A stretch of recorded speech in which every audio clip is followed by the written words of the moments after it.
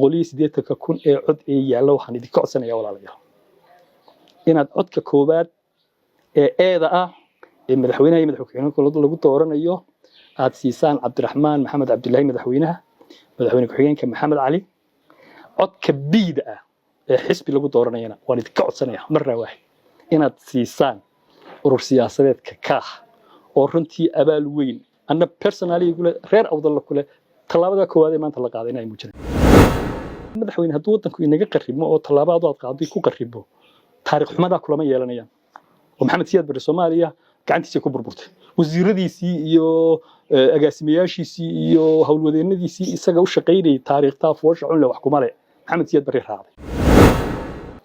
labada xisbi haddaba ama ururka iyo xisbiga ka iyo wadani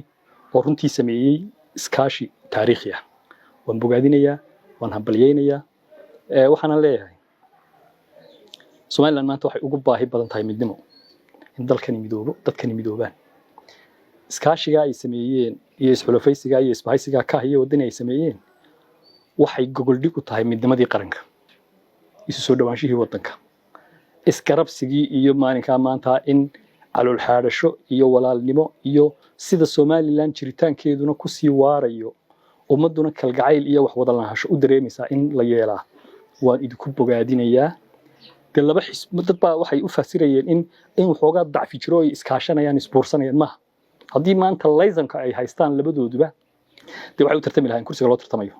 laakiin platformka xidhan ee la yidhi axsaabta horena waxay ku tartamayaan madaxweynenimadii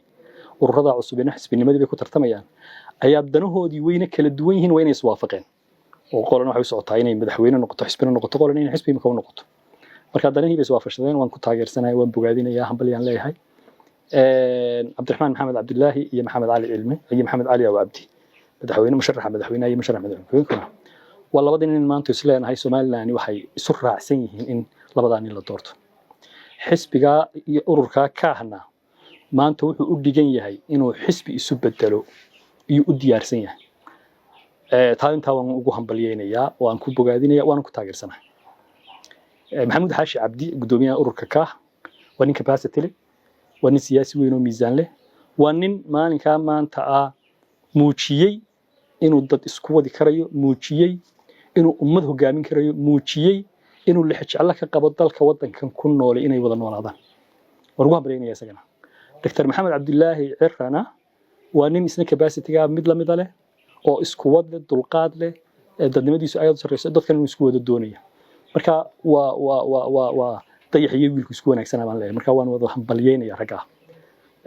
dad baa waxay leeyahay in xirsi oo Maxamuud Xaashina deegaanka soo wada jeedaan ay labadii xisbiye ugu waaweynaa ay kala hogaaminayaan xaggan kulmiyana dib Maxamed Kaahin joogo waxaan leeyahay halka hogaamiyaha wanaagsan waxa lagu definition-ka la siiyaa waxa weeye hogaamiyuhu intuu hogaaminayo ninka si wanaagsan wuxuu hogaamiyaa markuu ka dago wixii uu hogaaminayo baaba'ani kaasi hogaamiye lama yiraahdo hogaamiyaha hogaamiyeyaal soo saara iyo hogaamiye la yiraahdo marka Maxamuud Xaashi iyo Xirsi waa hogaamiyeyaal uu hogaamiyihii weynaa Axmed Siilaayo soo saaray Siilaayo ugu hambalyeynayna deegaanadoodana ugu hambalyeynayna taasi ceeb si male marka ragga xukuumadda ku jira ee saddex xisbiyo isku ay ka soo wada jeedaan sidoo soo baxayaan ku hadaaqaya dad ka hadheen hadii idinku noqon kari weydeen hogaamiyayaashii Axmed Siilaayo soo saaray u haneeyaan leeyahay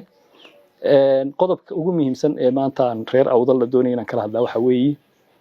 ee ku jiray heshiiska labada xisbi ay gaadheen qodobka in dib loo furo dastuurka Soomaaliland si saami qaybsi lagu wada qanacsan yahay oo dalkan uu yeesho boqolkiiba boqol baan soo dhaweynayaa qodobka waana isdul taagayaa fasiraadna waan ka bixinayaa anigu imika waxaan wax ka qorayay tiisaskii jaamacadda Somaliland Constitution aniga iyo group kale oo ku jira waxaa noo soo baxday legal expertise-ka dadka sharci yaqaanada ku xeel dheer arrimaha sharciga ee Somaliland jooga inta badan waan la kulannay waxay isku waafaqsan yihiin raggaasi in ay lagama maarmaan tahay inay maanta waajib tahay in dastuurka dib looga soo sameeyo haddii la doonayo Somaliland si hana qaado wada jirkeedu sii waaro structure-ka dawladnimada in wax laga bedelo nidaamkii presidential-ka ahaa ee aynu ku soo dhaqmaynay 30 sano u dambeeyay awoodii meel bay ku ururisay xafiis kaliya awoodda presidential-ka executive-ka iska leh awoodii waa in la qaybiyo constitutionally waa in loo qaybiyo oo dadku representative inanka reer awdal ee halkan cabashada muujinaya mudaharaadaya تبي إن representative وكيل سياسي مركان كوضع معها نمبر حلبانا معها نمبر وزيرها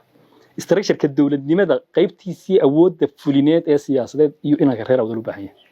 مركا هرتوان إذن كوهم بليين يلا بدا حسبي isbahaysiga mucaaradka inay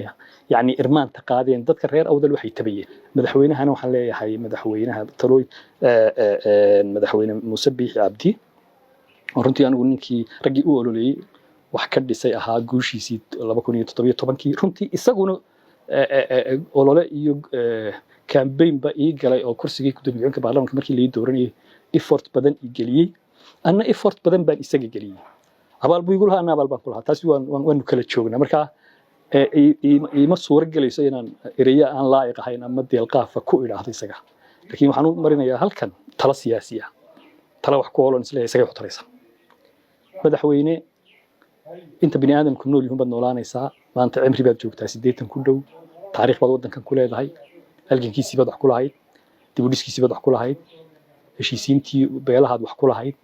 dowladiisii u horeeyay baad xilal wasiirnimo ka soo qabatay haddana mucaarad baad xisbi mucaaradaad madax ka noqotay gudoomiyaad ka noqotay musharax baad lagu doortay madaxweynaha lagu doortay madaxweynaha la doortay baad noqotay waa xilkii baad la wareegtay madaxweynaha Soomaaliland baad noqotay hal darajo ku hadhay oo iyadana sharaf waa madaxweynihii hore Soomaaliland baa ku hadhay simple madaxweynihii hore Soomaaliland in lagu raba ku hadhay taariikhdaada waxaad ama taariikh wanaagsan ku gunaanadaysa ama taariikh foorxun kulama jeceli ilaahayna kama dhigay talaabada u qaato maanta madaxweynayaasha hadii jeer dadka ku xeersan been bay u sheegaan madaxweyne waxaan jirin bay u sheegaan dadka ay wada raacsan maxay kuwani sheegayaan difaaca dalka la inagu dooranaya ka iyo wadani baa kala jabaya yani marka xisbi dhexdiisa khilaaf ka jiro oo is haysto baba la oran karaa way falfaliirmayaan oo way is haystaano marka falfaliirkoodaasaan ka faa'iideysan laakiin dad imika ku heshiiyo waliba is xiiseynay waxay ku heshiiyeen waxa cad qoran tahay in haddana madaxweyne lagu sheekay marka yani hawada maqlin waxa ay ku leeyihiin nimanka kugu xareeraysan waayo kama talinayaan exactly maslaxadaada rasmiga laakiin waxay ka talinayaan inaad ama ay ku tusaan in daacad ku yihiin oo kuraastan ku hayso ama ay ku amri dheeraystaan inay kugu abaabulaan inaad doorashada cagajido ay dib u dhacdo si iyagu kuraastan si fadhiyaan marka madaxweyne hadduu wadanku inaga qarrimo oo talaabado aad qaaday ku qarribo taariikh xumada kulama yeelanayaan oo maxamed siyaad bari Soomaaliya gacantiisa ku burburtay wasiiradiisii iyo agaasimayaashiisii iyo hawlwadeennadiisii isaga u shaqeynay taariikhta foosha cun la wax kuma leh maxamed siyaad bari raacday ugu dambeyntii waxaan soo gunaanadaya anoo maanta booramo joogistaan joogo uga faa'iideysanay dadka gobolka awdal ee aan ka soo jeedo farintan dariya waxa weeye ninka ku xiiraya iyo ku xoqaya waa inaad kala garataan haddii maanta aaska tabashada dhalinyarada awdal ku nooli ay ku xalismayso ay fundamental ay tahay asaaskeedu in dastuurka la furo oo wixii aan tabayna lagu qoro waxaan is leeyahay xisaabta midowday maanta waxay qaadeen exactly wixii aan u baahnayn inay noo qaado talaabadii reer awdal u baahnaayeen in la qaado oo wax lagu saxaa kow taasay ka tahay xisbul xaakimkiina dee waa kan fariinta negative-ka dhalinyartii u dhiibayay waa inaad sun isku buufisaan marka maanta haddaynu kala garan weyno ninka sun inagu buufinaya iyo ninka mustaqbalkee ubadkeena dastuurka in loo furo oo wax aynu ku wada qanacsanahay aan qoranno ninka ka shaqeynaya labadaas yaani seekin qaldan waa fariinta aan reer awdal u dirayo 180,000 ee cod ee yaala waxaan idin ka codsanayaa walaalayaal inaad codka koobaad ee eeda ah ee madaxweynaha iyo madaxweynaha lagu dooranayo aad siisaan Cabdiraxmaan Maxamed Cabdullaahi madaxweyne ku-xigeenka Maxamed Cali codka biida ah ee xisbi lagu dooranayna waan idin ka codsanayaa marna waaxid inaad siisaan urur siyaasadeedka ka oo runtii abaal weyn anna personally reer awdal kule talaabada koowaad ee maanta la qaaday inay muujinayaan